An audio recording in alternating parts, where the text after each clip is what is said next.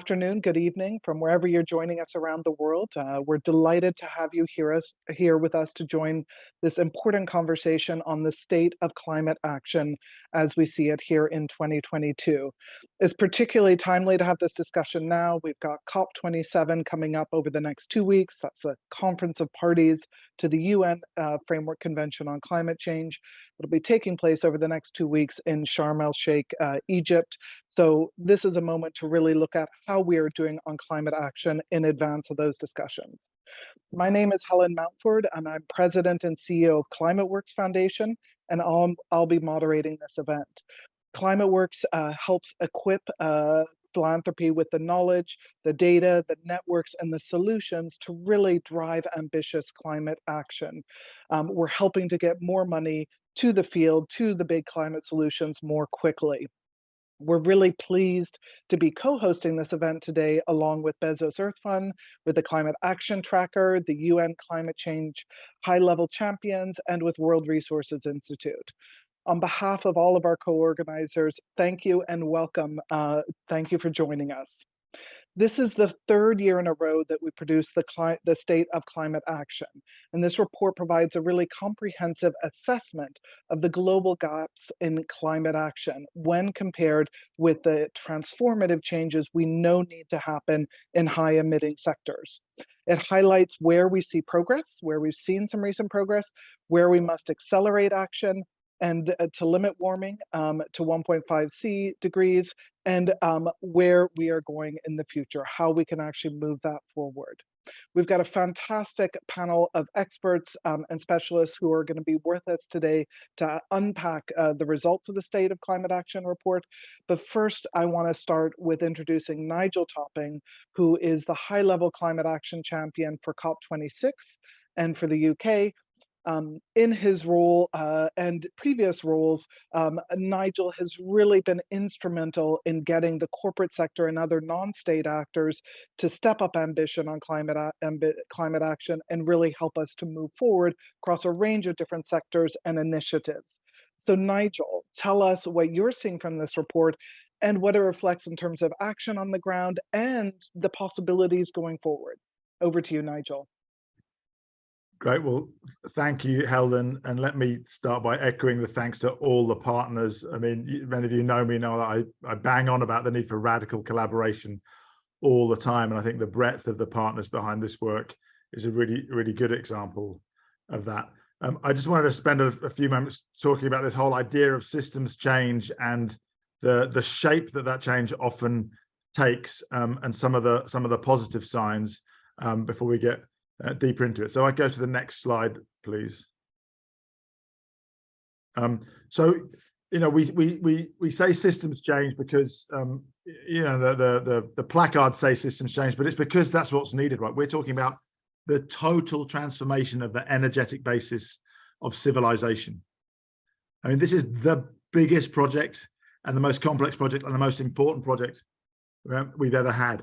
The great news is that for many parts of the transition, particularly those that are driven by technology, we have a very good clue from the history of many technological transitions of what the shape of that transition is like. It's that famous S-curve that you see here broken down into these different stages. We can never predict precisely the pace of change, but we can be very confident that that's going to be the overall shape. In other words, things seem to take forever when we're in that emergent phase. It feels like linear growth because the growing from 0.01 to 0.02% feels very, very slow. So even if it's doubling every year, then you don't really notice it. But then you reach that inflection point and get to the breakthrough where you really start to see that happening, and then you go linear and basically finish off the transition very quickly. If you look at transitions of all sorts of technologies, that's the shape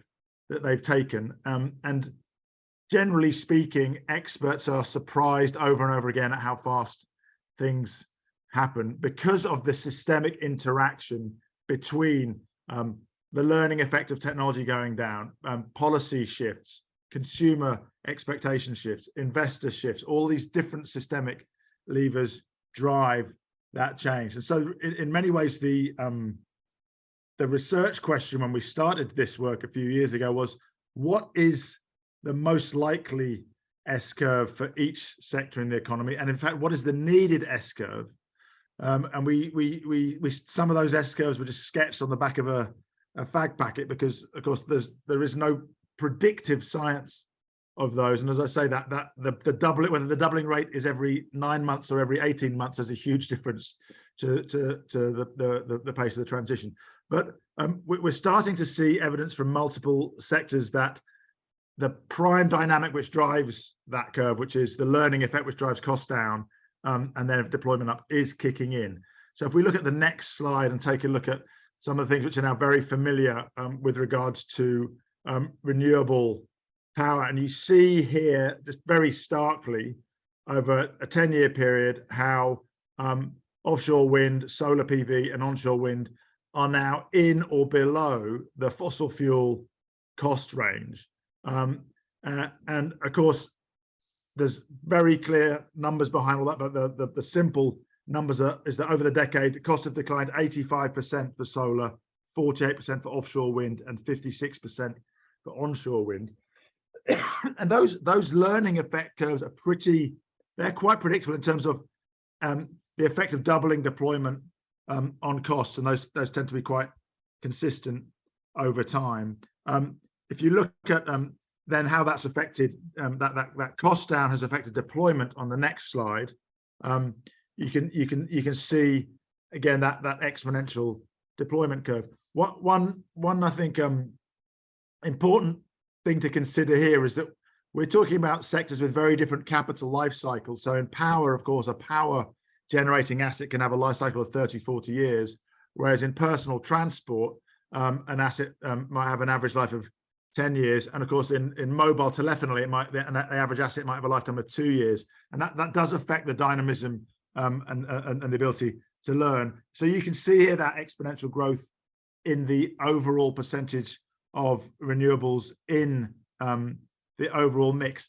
But of course, if you were to plot the curve of the overall percentage of renewables in additions to the grid, you'd find we're almost at 100% already. So the question is, how much faster can we drive, given that we're in the right place with costs? Another area that's very relevant, if you go to the next slide, of course, is the technology that's particularly driving the EV revolution, battery costs. Again, you hear this consistent compound annual reduction, adds up to 89% over a decade. I think it's about 18% per annum. And one thing I point to here is one of the problems with a lot of the intellectual approaches to trying to forecast the future is they try and do it bottom up, or modeling based on integrated assessment models, which actually don't take into consideration entrepreneurial behavior or politics, which of course two of the most important system drivers. And you will often see what I call the humanity gets half as intelligent today curve, which shows a compound annual reduction of 18% for the last 10 years and predicts a compound annual reduction of 9% for the next 10 years. So I just advise everybody to be on the lookout for predictions that we get stupid today, which of course are always wrong, because we don't get stupid. Actually, part of what's driving this dynamic is the massive amount of intellect that's being thrown at the innovation opportunity. And so that dynamic, if we then turn to the next slide on electric vehicles, is what's driving the very, very rapid uptake. And again, interestingly, here you see percentage of EVs as a share of the global passenger vehicle sales. So this is, I think, one of the things we've got to have to get our heads around, is that if we're looking at rigorous available data, it's often got a past bias. I know this is a problem in the IPCC, for example. But right now, in India and China, electric vehicle sales are doubling every 12 months. And in fact, I've seen very strong market predictions from India that a 94% compound annual growth rate is going to be maintained in India. So again, you look at 4 or 5%, it feels quite low, but if that's doubling every 12 months, and 5% becomes 10, 20, 40, 80 in 4 years. So that's why I think you're seeing lots of quite confident predictions of the demise of the combustion engine as a technology this decade or early the next decade. So just to finish off, next slide. I think this research is really, really important, and groundbreaking. We don't have a long history of thinking about systems change this way. I really like to salute all the partners in the rigor and transparency brought to this. All of the methodologies are laid out in a separate report, how the team's been thinking about whether a transition is likely to be exponential or not, because we know that not all will be. Some of them are not driven by technology transfers. What are the different indicators, whether leading or lagging? Again, I've just been looking at steel today. We have less than 1 million tons of green steel production in the world today. If we need to get to 170 million by 2030, that seems like we're way off track. But we can already point to 60 million tons of projects in development somewhere towards FID, and that's a very different picture. So we need to learn to navigate between leading and lagging indicators. It's great to see all the partners here involved with a tipping points research program, which Potsdam Institute and Exeter University are leading, which is looking at some of what we can learn from Earth system science of how to spot the dynamics which give an indicator of reaching that breakthrough exponential stage of the S-curve. So I think that this is one of the most exciting pieces of work, and I think it points to a very exciting dynamism which is missing from reports which just add up NDCs or add up current policies. And of course, both of those two methodologies are terrible at predicting the future, because of course NDCs are dynamic, of course current policies are dynamic. I think this kind of work, trying to understand where we're at on the exponential uptake of new technologies, is going to be essential for us to actually advise businesses, investors, and policymakers on what they need to do and what they can confidently do, given that we're now starting to lock into these exponential trajectories in more and more sectors. So with that, I'll stop and hand back to you, Helen. Thank you, Nigel. That was excellent and wonderful to get that sort of optimism because of where we're seeing some of the exponential curves, where we're seeing some of the investments going forward. We'll go through in depth some of the results from the State of Climate report. As you say, it's really exciting because it actually does show what's been happening in the past, but also where we see signals going forward. There's a lot more that needs to be done, that's clear. But as you said, there are some positive signals of where we're starting to see some things stepping up. And between entrepreneurship and with positive politics and pressure and movement building, we can actually get better onto the right track. So we'll hear now from a fantastic panel building on Nigel's comments. Want to pass to Kelly Levin, who is Chief of Science, Data and Systems Change at the Bezos Earth Fund. Kelly's really been a leading figure in the charge on the science, the data, the action on climate for many, many years. And I've had great pleasure working with Kelly over a number of those years. While she was at WRI, she's the one who actually initiated the first State of Climate Action reports and led the work pulling those together initially, and now is helping to support them from her new role. So Kelly, you'll provide a bit of a high-level overview of some of the report's findings. We're looking forward to hearing it and then hearing from our other panelists. Over to you, Kelly. Terrific. Thanks so much, Helen. Phenomenal to have your partnership, and Nigel as well. So not to throw any water on what Nigel said, but I guess here's a bit of a, despite these bright spots that Nigel mentions, as my co-authors are going to lay out throughout this presentation, across the board, we know that we're going to need to deepen action rapidly. We're going to need to unlock ambition in a way that's going to sweep across all sectors and geographies over the next few years. And the backdrop of this report is that 7 years after the Paris Agreement, we continue to see emissions climb. And given how much we've consumed of our carbon budget, we're no longer going to be able to just pursue the low-cost options first. We're going to need, as Nigel said, systems change across all aspects of society, from how we grow our food to how we power our homes to how we build our cities to how we transport ourselves. And our report really looks at what would it take to transform sectors in a way that's aligned with the Paris Agreement. So it essentially translates the emissions gap. Many of you read UNEP's update that was released recently, and it translates that into what needs to happen on the ground. So as we enter COP27, hopefully this can be a resource that kind of describes the scale of transformational change required in this decisive decade ahead. If you go to the next slide, please. So in the report, we basically assess the state of climate action across sectors that emit about 85% of greenhouse gases globally. And within these sectors, we identified 40 indicators of progress with 1.5 aligned targets for 2030.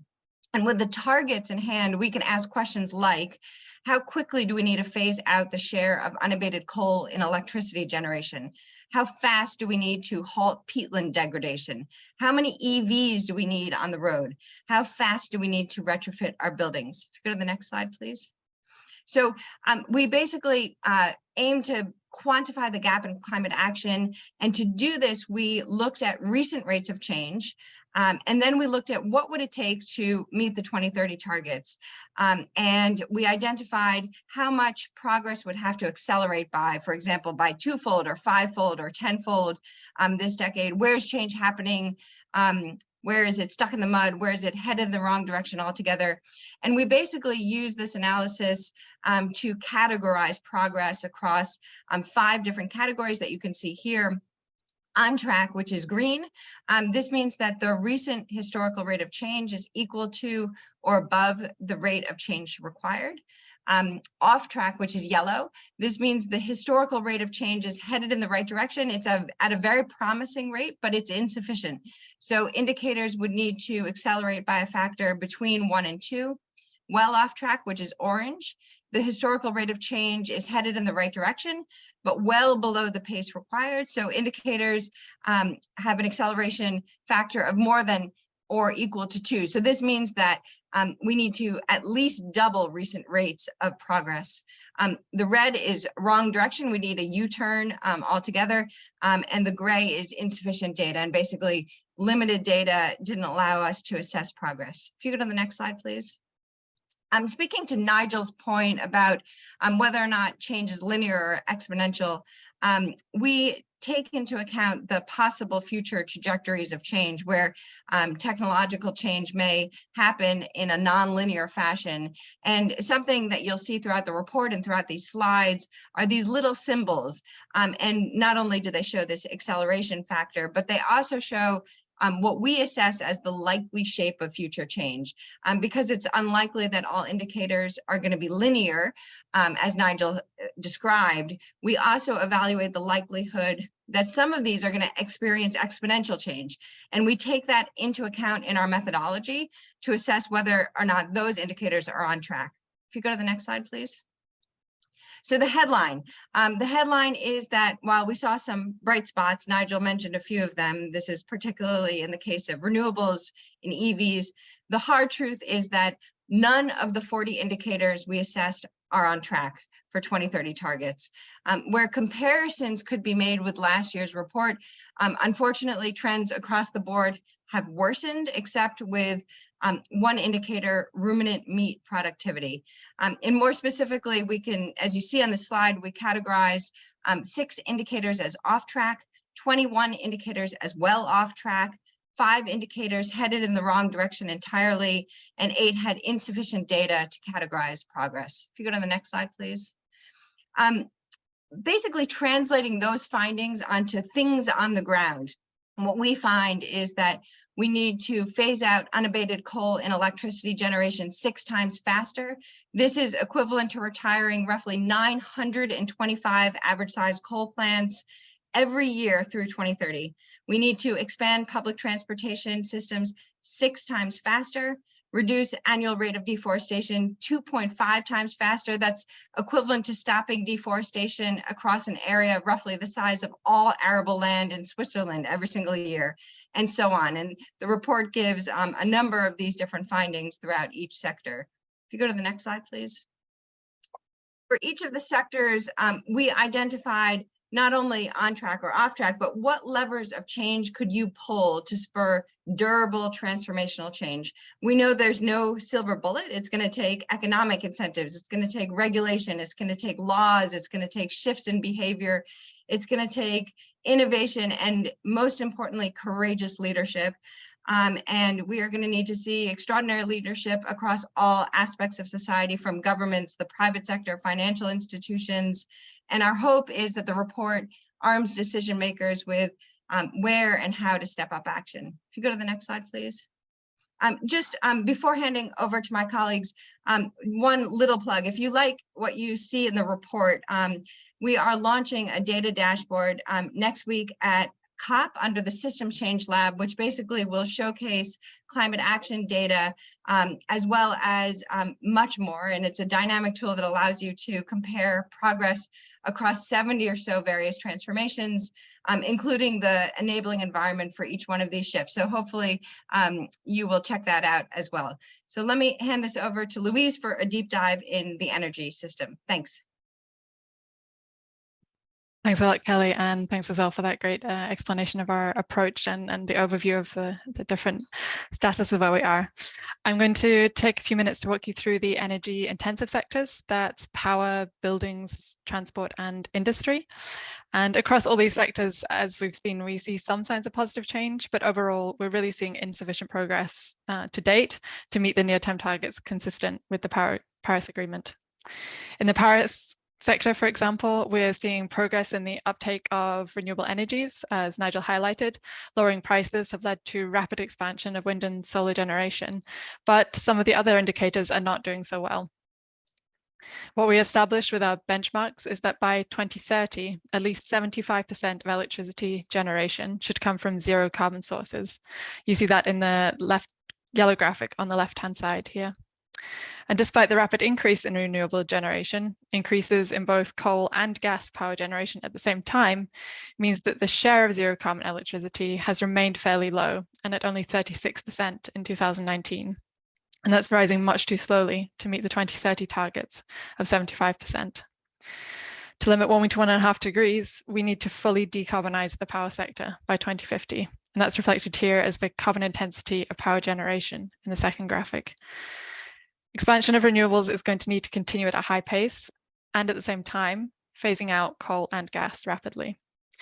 Looking at coal more closely on the next slide, we can see that the share is decreasing, and particularly over the last few years, but it is still too slow.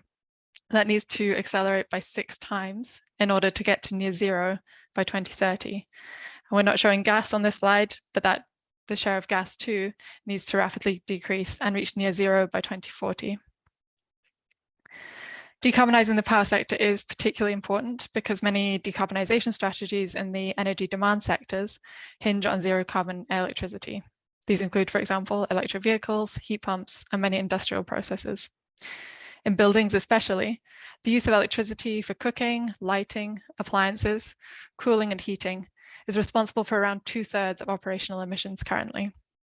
The rest of the emissions are from burning fossil fuels for heating and cooking and could be avoided through electrification and a zero carbon power supply. Tracking change in the building sector is quite challenging due to data availability. In this sector, we were only able to calculate acceleration factors for one of the building indicators, and that one is well off track. And although we can't categorize them using our methods, it's clear that substantial improvements are also needed for the other indicators too. Those are emissions intensity and retrofitting rates. Currently, less than 1% of buildings undergo a deep retrofit each year, but that needs to be more like 2.5 to 3.5% per year, and that's a big increase. To minimize building power demand overall, the amount of energy used per square meter, or energy intensity, can be significantly improved. Recent increases in electricity use for electronic devices, for cooling and cooking food have slowed progress in energy intensity made since 2000, and improvements need to accelerate 5-fold in commercial buildings and 7-fold in residential buildings. So you can see in this graphic here that the rate of change has actually slowed, unfortunately, in the last 5 years, and we need to see that re-accelerating and dropping substantially by 2030. What this means is better insulating buildings to minimize the need for active heating or cooling and using highly efficient appliances. Next slide, please. In all sectors, we also explored what's going on a bit more deeply. As I think both Kelly and Nigel highlighted, we want to see, well, are there any signs of any underlying momentum that might lead to more positive trends in some of these overarching indicators in the coming years? And in the building sector, we looked specifically at heat pumps because they're an important component or important technology for both decarbonizing the energy supply that we use for heating and cooling, and that they're also really efficient. Here we actually do see some positive trends. In a few European countries, we've seen an uptake, quite rapid uptake in the last few years. And that would be great if we saw it continue. We do need to see that as a basically continued acceleration, so even increasing even more quickly in the coming years, and to also see that replicated in other countries. Hopefully, in the coming years, that will lead to some positive shifts in the other indicators that we track. Greenhouse gases from emissions from industry have risen faster than any other system over the last 2 decades. Increasing demand for industrial products, driven by rising rates of prosperity, urbanization, and infrastructure development, has fueled rapid growth in the extraction and production of materials around the world. We do observe some improvements in the industry sector. For example, the share of final energy demand in industry that's met by electricity is continuing to increase, and the current pace of growth is not far off from achieving near-term targets. So that's now in the off-track category. Efforts would need to accelerate by a factor of 1.7 to reach 35% by 2030. Production of cement and steel are very emissions intensive, and that intensity needs to plummet. The amount of carbon emitted per ton of cement produced needs to decline by more than 10 times faster this decade. Doing so will mean a step change in practices. This includes demand reduction, switching to alternative fuels, using novel cements, and the implementation of carbon capture and storage. Here we find that rapid, non-linear change is possible in the cement sector, but only if the right policies, finance, and industry leadership are established. Related to that, recent trends in steel are actually going in the wrong direction entirely. Getting back on track here is going to require shifting to the use of low carbon technologies. These include recycling of scrap steel, using green hydrogen as a fuel, iron ore electrolysis, and deploying as well here carbon capture utilization and storage technologies. However, again, we looked a bit deeper and there is some hope for some change in the future, although that is going to need to happen quickly. We looked at the number of planned low carbon steel projects and find that they are rising, with more planned for the future in the next 10 years.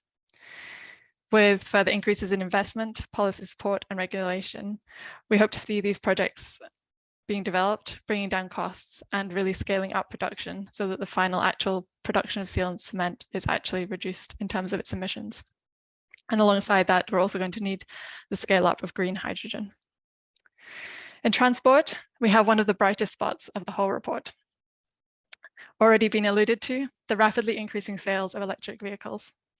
The share of EVs in the light-duty vehicle market reached almost 9% in 2021, a doubling of the year before. To be on track for meeting 2030, though, that needs to increase to 75%. So that acceleration is going to need to be maintained in the coming years. Uptake of electric buses is also promising. The global share of zero carbon bus sales increased by a factor of 22 in less than a decade, which means that now almost 1 in 2 buses sold is electric. But progress has been a bit unsteady, and we need to see the recent uptick that we've seen continue in the coming years. At the same time, many transport indicators are well off track, meaning that recent trends need to at least double their pace, or in these cases, accelerate by 6 times or much, much more to reach the 2030 targets. Although sales of EVs are increasing, we do need to bear in mind that they remain at just over only 1% of the light-duty vehicle fleet, shown here on the upper right-hand side. That means the vast majority of road vehicles are still reliant on internal combustion engines. And recent efforts to build out infrastructure for alternative modes of transport, such as rapid transit networks and bike lanes, are well off track. Here, recent rates of change need to accelerate 6-fold and more than 10-fold respectively. The share of passenger kilometers traveled by car instead of, for example, public transit or bike continue to increase. This indicator is currently heading in the wrong direction, and we need to see that share stabilizing and starting to decrease. Also concerning is the share of zero carbon fuels in aviation and shipping, which remain incredibly low, at less than 0.1% for aviation. Again, some positive signs are emerging in terms of new commitments and investments into developing zero carbon fuels, but our indicators here are really well off track, and much, much more progress remains to be made in bringing these technologies to scale. Substantial investment in research, development, and deployment are really needed. So although there are a few bright spots, particularly in the uptake of these new zero carbon technologies, substantial changes to our energy systems still need to happen, particularly in terms of phasing out fossil fuels, improving efficiency, and modifying demand. With that, I'd like to hand over to Sophie, who's going to take you through some of our other sectors. Thanks, Louise. So in addition to decarbonizing power, buildings, industry, and transport, limiting global temperature rise to 1.5 degrees Celsius will also require transformations across agriculture, forestry, and other land uses, a system that accounted for just over a fifth of global greenhouse gas emissions in 2019. To that end, protecting, restoring, and sustainably managing the world's ecosystems, particularly forests, peatlands, and mangroves, can yield multiple benefits for the climate by preventing the release of their large carbon stores into the atmosphere, by protecting their ability to continue sequestering carbon, and for tropical forests in particular, by maintaining biophysical mechanisms that can help cool the planet. If you go to the next slide, you'll see that over this decade, we need to dramatically reduce deforestation and mangrove loss, as well as effectively halt peatland degradation. But as you can see here, recent efforts to slow deforestation remain well off track, and global mangrove losses are once again ticking upward, such that a step change in action is now needed. Preventing increasingly dangerous and irreversible climate impacts will also require large-scale restoration across 300 million hectares of forests and 20 million hectares of peatlands by 2050, as well as 240,000 hectares of mangroves by 2030. But here too, recent progress made toward near-term targets remains inadequate. Getting on track for a 1.5 degrees Celsius pathway, for example, would require the world to reforest an area roughly the size of South Korea annually, about 1.5 times faster than recent rates. Slowing deforestation is particularly critical to mitigation and must be an immediate priority. But from 2015 to 2021, permanent forest losses occurred across an area roughly the size of Iraq, emitting a total of 25 gigatons of carbon dioxide. Worse still, nearly half of these losses happened in humid tropical primary forests, among the world's most important lands for carbon storage and biodiversity. Just 3 countries, Brazil, Indonesia, and the Democratic Republic of the Congo, accounted for the vast majority of this tropical deforestation. Yet trends within these countries vary considerably. Deforestation across Brazil has remained relatively high since 2016, reversing declines observed in the early to mid-2000s, while rates in the Democratic Republic of the Congo have increased since 2019. But in Indonesia, we have witnessed ongoing declines in deforestation and associated emissions since 2017. On the next slide, you can see that these declines in human tropical primary forest loss follow devastating fires that occurred across Indonesia in 2015 and 2016. In the aftermath of these fires, the Indonesian government implemented a portfolio of actions, from issuing a moratorium on new developments in primary forests and peatlands to passing social reforms to encourage more sustainable land management. And together, these actions have helped reduce deforestation rates. Like the bright spots that Nigel previously highlighted, this example of positive change reminds us of what's possible when decision makers focus the resources at their disposal on accelerating ambitious climate action. But achieving these targets for forests, peatlands, and mangroves in large part will depend on our ability to transform the global food system from its current state into one that can feed nearly 10 billion people by 2050, while also lowering greenhouse gas emissions and without expanding agriculture's land footprint. Critically, farmers must produce more food on fewer hectares to avoid greenhouse gas emissions from land use change like deforestation, and to open up some lands for ecosystem restoration. In doing so, they will also need to reduce emissions from a wide range of agricultural practices, such as livestock production, rice cultivation, and fertilizers. This is no small task. Although the emissions intensity of agricultural production fell by 4% over the past 5 years, total greenhouse gas emissions from agricultural production continue to rise, increasing by about 0.6% annually. Getting on track for 2030 will require total emissions from agricultural production to change course entirely and fall by 22% by 2030 relative to 2017. And while recent efforts to boost productivity are heading in the right direction, they remain well off track for crop yields and off track for ruminant meat productivity. Finally, demand-side shifts, particularly among high-income consumers, also have a critical role to play in mitigating emissions across the global food system. Having food loss and waste by 2030 and shifting to more sustainable diets, which includes reducing consumption of beef and lamb, can help lower growth and demand for emissions-intensive food. While data are insufficient to assess progress made in decreasing food loss and waste, efforts to accelerate dietary shifts remain well off track. Increasing crop yields warrants particular attention as recent progress made in boosting productivity was downgraded from off track in last year's report to well off track in this year's report. To help limit warming to 1.5 degrees Celsius without compromising food security, recent growth in yields must accelerate by sixfold this decade. This downgrade is especially concerning for Africa, where cereal crop yields, which are critical for food security, have remained largely stagnant and well below global averages for decades. Climate impacts on agricultural systems, from extreme floods drowning fields to prolonged droughts withering crops, are also projected to intensify in the coming decades. Already, we're seeing consecutive severe droughts alongside rising food prices, disruptions in food imports arising from Russia's invasion of Ukraine, and regional conflicts spurring dramatic increases in acute food insecurity across East Africa. Increasing resilience to these risks will prove critical in the coming decades, as will the development and deployment of new technologies and practices that boost yields and lower emissions, such as precision fertilizer application, advances in crop breeding, and agroforestry. And with that, I'll pass it on to Claire. Great, thank you, Sophie. So the latest climate science tells us that alongside the rapid emissions cuts that Sophie and Louise have outlined, we will also need to draw carbon dioxide out of the atmosphere and permanently store it to help stop global warming and reduce future climate impacts. We know that rolling out carbon removal technologies at scale faces many barriers, including high costs and sustainability challenges. So urgent emissions reductions must remain the priority, including through rapidly reducing our reliance on fossil fuels to reduce our future dependence on carbon removal. Nevertheless, a portfolio of different methods for carbon removal will be needed, and many carbon removal technologies require further development or demonstration to reduce costs and manage potential risks and trade-offs. Today, less than 1 million tons of carbon dioxide is captured from the atmosphere and stored permanently each year. That's less than 1% of the amount estimated to be needed by 2030.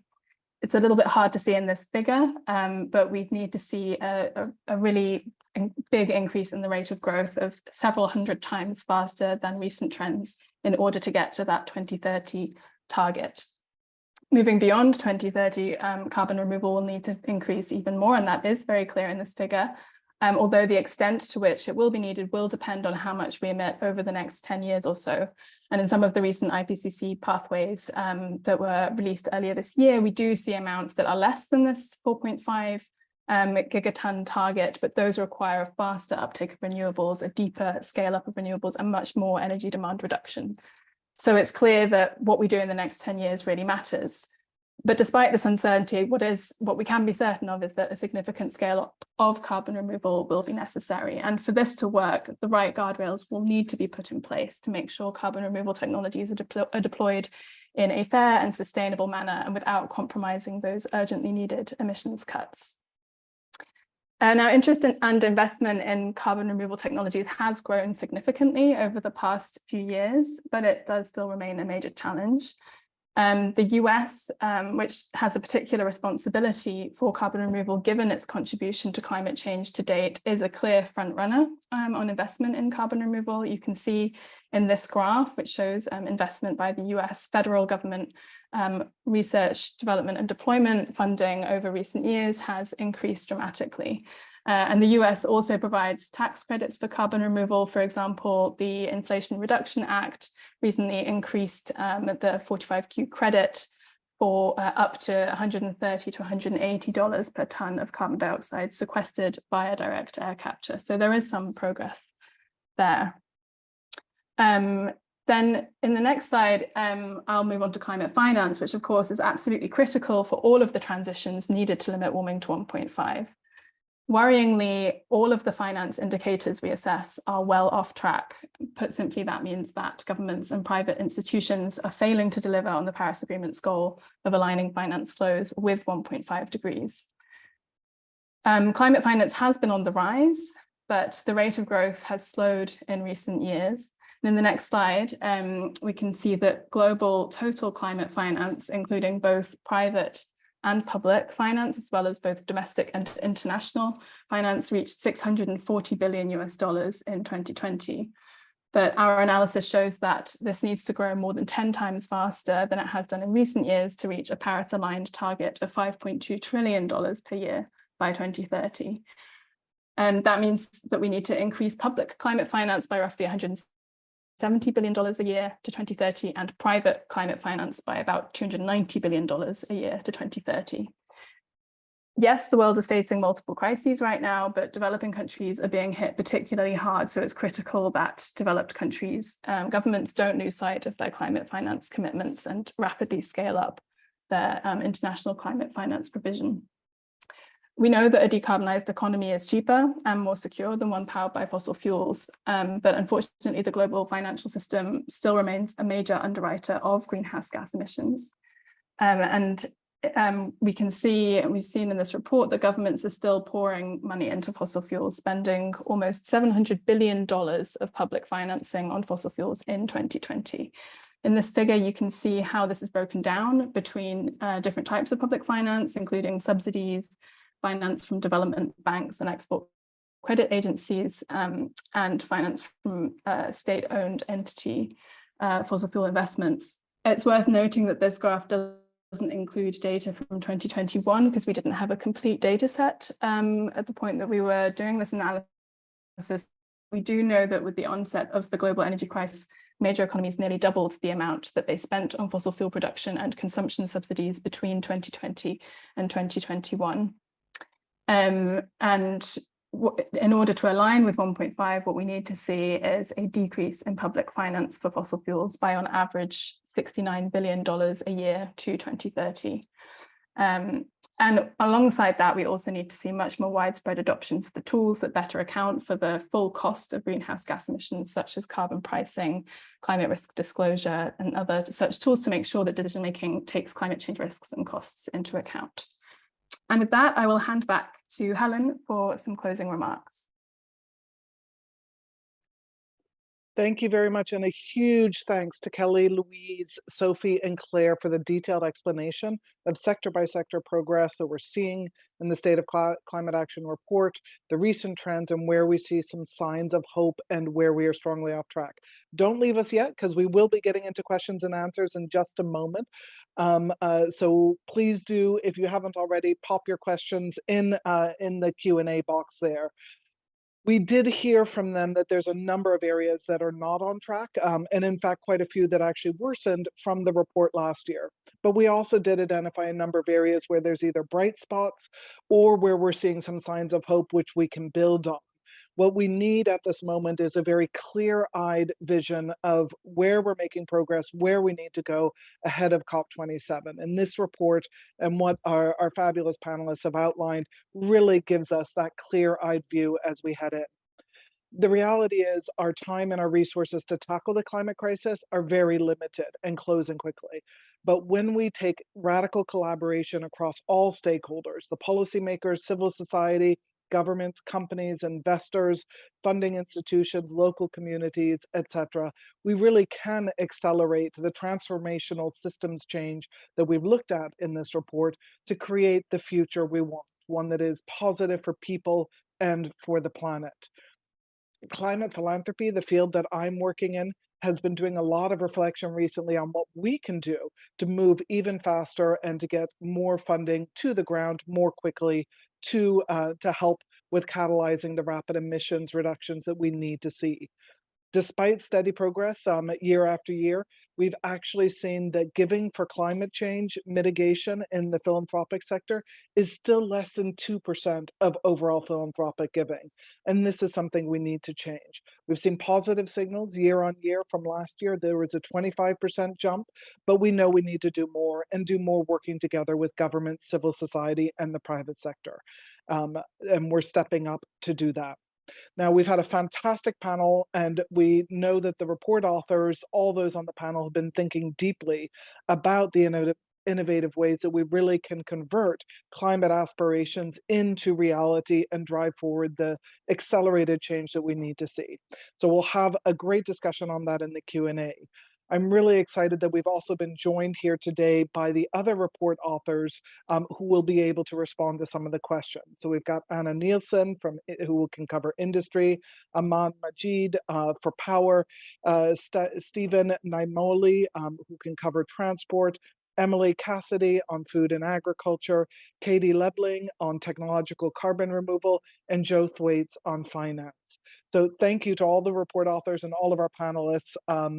Looking forward to not just reading the report in depth for those of you who haven't yet, but also to answering some of the questions that come forward. Before I turn to the questions that we've already gotten in the chat, I know that Nigel had a question he wanted to pose to the speakers. So Nigel, let me pass to you. We'll answer that question and then go to the others in the chat. Thank you very much. Yeah, thanks, Helen, and thanks, everybody. As I said in the beginning, one of the real strengths of this report is the intellectual rigor and the transparency, which allows people to challenge the methodology. So I want to do that now and to try and help pick something out, which I think may be misleading. So some of you know that I'm particularly obsessed about the EV transformation. If I look at the graph showing that that's the expected exponential, in fact, we know that's going exponential, we've shown that. I understand you saying that we're off track because we need to 5 times increase the rate of change. But I think methodologically, you're comparing a needed exponential rate of change with a calculated linear rate of change. So I think that's a category error. And actually, if I look at the data, sales are growing at 68% per year, which in fact is almost double the 35% a year they'd need to grow at to reach 100% by the end of the decade. So I think if you actually compare exponential with exponential, we're more than on track for that transition. So that's really something to get into the details of next year, as well as I say some of the more leading indicators on some of the things like green hydrogen, green shipping, SAF, which I think show a much more positive picture. But I don't know, Kelly, if you or one of the other team want to respond to the methodological point. I actually think we're comparing apples with pears there and sending an unnecessarily gloomy picture on that particular indicator, and I suspect on all others where we say they are likely exponential. Thank you, Nigel. I think we've got Stephen on the line who might be able to respond a bit to this question. Stephen, are you there? Yes, thank you, Nigel. That is a great question, and this is something that we talked about a lot in the process of doing this report. I think you're right to sort of question that when we are seeing this quite significant growth in recent years, and we are expecting to see a lot more exponential growth in the near future, especially when we're getting reports that say that we will have upfront electric vehicles will cost, at least cars will cost at the point of sale the same or less than their fossil fuel counterparts within the next 5-10 years in a lot of countries, seeing that relatively soon with trucks as well in a lot of places. So I do think that we are going to see quite a bit more growth in the near future. The reason why we have categorized that way, for one thing, I think we wanted to be a little bit conservative and not overestimate kind of predictions based on what we're hoping. I think we really wanted to make sure that we were rooting all of our estimates in if change continues at sort of a recent average rate, this is what we think it might look like. But we do acknowledge at several points in the report that it is likely that we will see more exponential change than that because of several factors related to these innovative technologies, and where we general evidence from the literature about how these innovative technologies tend to take off in this exponential growth phase. So I think that. So I'll lean in more next year, but I think that you are not comparing like with like, because the rate of change is 68% per year, and that's if you assume it's exponential, then you have to extrapolate that, not fall back to comparing it with a linear. That's the whole problem, I think, with using linear thinking to assess exponential change. So I'll leave it there. And again, it's great because it's totally transparent. So we can have the intellectual conversation. I'll lean in a bit more next year. Thank you. Thanks, Nigel, and thanks, Stephen. I think this is exactly the kinds of conversations we want to be having to really see where's the potential as we go forward. What have we been seeing? What are our assumptions about the future? As Nigel said before, I mean, we don't have a crystal ball, but we also should not assume we become stupid tomorrow and actually slow everything down. So trying to find the right pace. And I know the team here has had deep, deep discussions leading up to this report on where we really see the balance, working with the experts in the field. But it's something that is open to further discussion and leaning into where we can push for more action. So wonderful to have that discussion. Let me take some of the questions that have been online, and I'm going to start with Aman with a number of questions that we got in the power sector. There's three I want to group together and see which ones you're able to answer. Keep the answer short because we've got quite a few more. But we had one which came in saying, you know, we've seen positive signals with the but right now still in renewables, the total cohort is around 25 to 30%. So how are we going to get to 70% by 2030? That's one, Aman, and I think Nigel's questions before lead into that. A second question is, could you please discuss what the optimal proportion of oil and gas is compared to renewables as we go forward to be on track with the Paris Agreement? And third, given that it is so clear that renewable costs are now cheaper than fossil fuels for power generations pretty much around the world, why isn't this actually driving more power market transformation, decarbonization without government intervention? So those are the three. I'll pass to you, Aman, and then we'll go to some other colleagues on other sectors. Thank you. Yeah, thanks a lot, Helen. And thanks everyone for those very important questions. So yeah, as my colleagues have highlighted, the power sector is one of those places where we're seeing these incredible bright spots. So for instance, you know, the carbon intensity of power, each bit of electricity that we're generating is becoming more and more lower carbon. The shares of zero carbon are increasing, as well as coal being phased out year on year. But as my colleague said, the scale and pace is the real challenge here. So we need about a 5 to 6-fold increase across those three indicators that I just highlighted. And in State of Climate Action, we've tried to think about these in terms of enablers and barriers, as in, you know, how do we get that faster and further? And what are the sort of barriers that we need to tackle in doing so? I'd encourage you to read the report. There's tons of detail there, but I'll just speak to a few of those now. So in terms of the enablers, firstly, the first thing we need to see is a massive scale up of ambitions on renewable targets and fossil fuel phase out targets. And the reason why I mentioned renewables here is because that's what we see as being the dominant player in the future power system. So governments need to bring forward their fossil fuel phase out targets and scale up that ambition and increase the ambition on renewable targets as well. And essentially, that's going to send a very strong market signal of what the future is going to look like in the power system nationally, internationally, and gives investors confidence.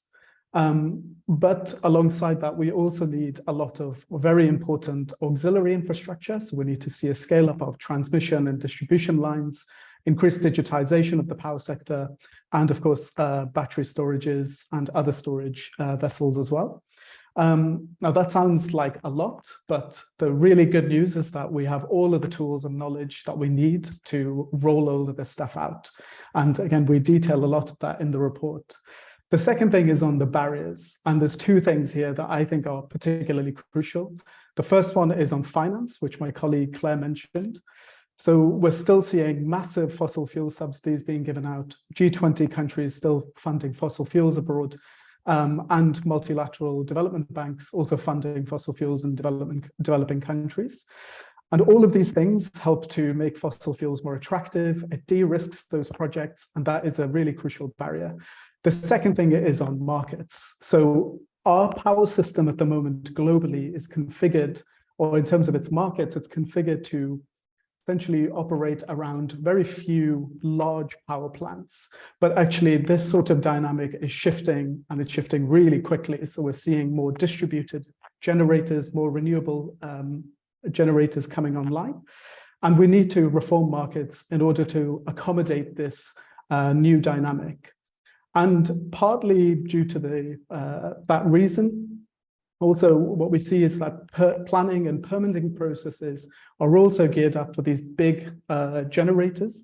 And what we're seeing is that renewables generators particularly are being hampered from participating in this. So for instance, in the UK, North America, etc., we're seeing construction-ready renewables projects being blocked as a result of these planning and permitting processes, which are fairly arduous and need some reform. I think that more or less tackles all those questions. Thank you. Thank you so much, Aman. And I know we're running short, so we're going to take a couple of more questions, but there are others which people will be answering in the Q&A chat as well. Let me pass to Joe on finance, if we could. We know that in many cases, developing countries, emerging economies have more to do in terms of progressing on this action. They're coming from behind. How do we actually ensure that they're able to generate or allocate the right resources to do so and to get the support that they need? Yeah, thanks, Helen. I think one of the sort of key findings in the finance chapter was this issue of allocation, that there is enough capital globally, and this is something that the IPCC report this year said, there is enough capital to meet the climate investment needs, but it's not being allocated to the right areas, both sectorally and also between countries. And so one of the most striking graphs, I think, is that the investment needs in developing countries are by far the highest, and yet they have the least resources available. So part of that is about international finance flows. This is where you see the commitment on providing $100 billion a year to developing countries, and delivering on that, which is already overdue, is really important. But there's a lot more that can be done. So it includes things like reforming the way that international financial institutions work, so that they can deploy more capital, can channel resources more effectively, and crucially, that doesn't require new taxpayer funding from developed countries, so which is often a political challenge, particularly right now. And then it's also about domestic resource mobilization and developing countries being able to sort of mobilize more of their own local private sector and reform taxation systems and then trade flows and things like that. So there's a lot of different pieces of the puzzle. We get into it a lot in the chapter, but yeah, international support is really vital, and it's going to be a key part of the COP27 negotiations over the next 2 weeks to watch. Thank you, Joe, and definitely something to be watching. Now, let me take one more question to the panelists. Katie, if I can have you respond. There was a question about carbon dioxide removal. What do we know about this, and how is that going? Yeah, thanks. So I think the question was about CDR generally, and I guess I'll say when we say carbon dioxide removal, we're talking about a lot of different technologies and approaches that range from things like direct air capture that's gotten a lot of attention, essentially large machines, to much more natural approaches like growing trees. So our chapter, which Claire presented, predominantly focuses on the more technological approaches. And I think this is an area where there's a lot of momentum happening now, but there remains a huge gulf between where we are, what the amount of carbon that's being removed today, and where we need to be. So I think that momentum will hopefully grow into that concrete removal on the ground, but there's a lot that needs to be done on ensuring that's done the right way and sustainable and equitable way. So I'll leave it there. Thank you so much, Katie, and thank you all to all the panelists, to all the authors of the report, for all those who came together today to hear more about this. It's wonderful to have this discussion to kick off understanding where we are in the state of climate action now as we go forward, and where we really need to step up action and have the opportunities to do so. We do have some of those bright lights, some of those potential exponential curves that are coming forward in some of the technologies and some of the solutions, but we need to do more collectively, that radical collaboration, that ambition that needs to be there from all parts of society to really deliver the future that we want. So thank you all. Thank you for the wonderful co-hosts and co-authors, authors of the report, and to the wonderful WRI team for hosting this session here today. Wishing you all strength and persistence in the battle against the climate crisis. Thank you again, and see you next time.